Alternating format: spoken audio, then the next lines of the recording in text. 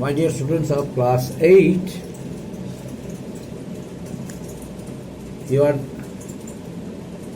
thinking then, why am I in this site? Isn't it? On hearing my face, many one of you may have the curiosity to inquire, what happened to me? What happened to me, I am telling you. 10 days back, my mother expired at the age of 84. Since he is no more, as per our religious beliefs and faith, customs and tradition, I am in this phase, and later on my hair also will go next day onwards, and I have to use one cap. It would have been better if I could use hat, but I don't have any hat and socks even closed. So I have to use next day onwards. I shall be using my cap on my head. So today's lesson number 2: Industrial Revolution and Imperialism. Impact of Industrial Revolution. Impact of Industrial Revolution. Impact. Number 1 point: socio-economic changes.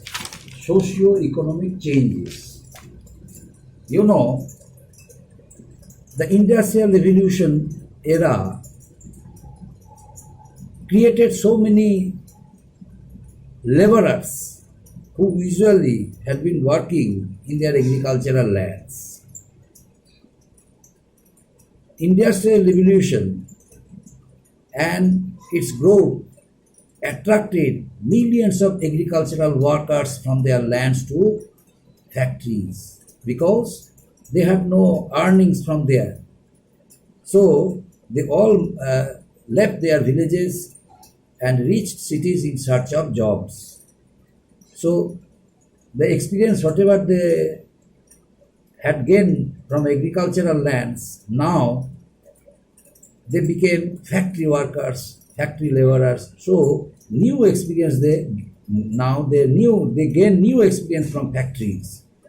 So there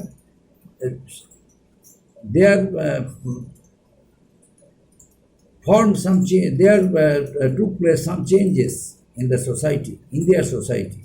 Earlier they were villagers, and now they led a very modern lifestyle on living in cities and towns. Earlier they used only hand tools, and now they are able to use machines. So instead of handmade manual process, machines started working instead of human beings. So in this, lots of men, women, children, they all included in the working class. And now expansion of trade and commerce. Due to availability of natural resources, availability of cheap laborers, and introduction of new machines, and expansion of factories, and international export and import trade, expansion of export and import trade and commerce was developed from 19th century to the mid of 20th century. And the countries who were economically backward, but they had their natural resources, the developed countries, they started utilizing their natural resources in return for their share. That means whatever things they produce from their factories and industries at the cost of their natural resources, they sold them back to the underdeveloped countries, or economically backward countries, at a very low cost.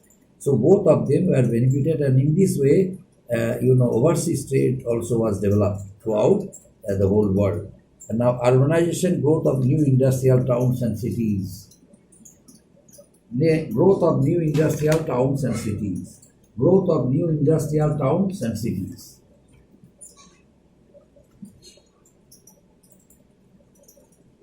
The expansion of trade and commerce, the growth of industrialization, urbanization, the growth of population also gave a birth of new towns and cities. Naturally, people who left their villages and started living in the cities, in the towns, they led a new lifestyle, a modern lifestyle. Like so many towns also were created that time. So many towns also were born, like Liverpool of England, Manchester of England, and Ghent of Belgium, Dusseldorf in Germany. These all were the new towns and cities were born in different man-made cities and different man-made cities and countries of Europe. Now, improvement of transportation. As you know, during industrial age, during industrial era, railways also have become a major role in supplying productive goods from one place to another. So, the rail, road, and water transportation system also improved during the period of industrial age. And with the use of this safer and cheapest and faster, means of transportation, the other, countries of Europe, the other countries of the world also are benefited. And next one, mass production of goods. Mass production of goods means large-scale productions. In place of small-scale production, large-scale production occupied the large market of the whole world. And now division of labor, the laborer who work in agricultural land, now they gain better knowledge, better experience while working in factories and industries. And those who are better than the others could work more prominent, more perfectly, more skillfully. They were paid, much amount of salary than the unskilled laborers. So by this way, a division also was made between skilled labor and unskilled labor. So division of labor also was taken place. Next day, slums of poor sanitation.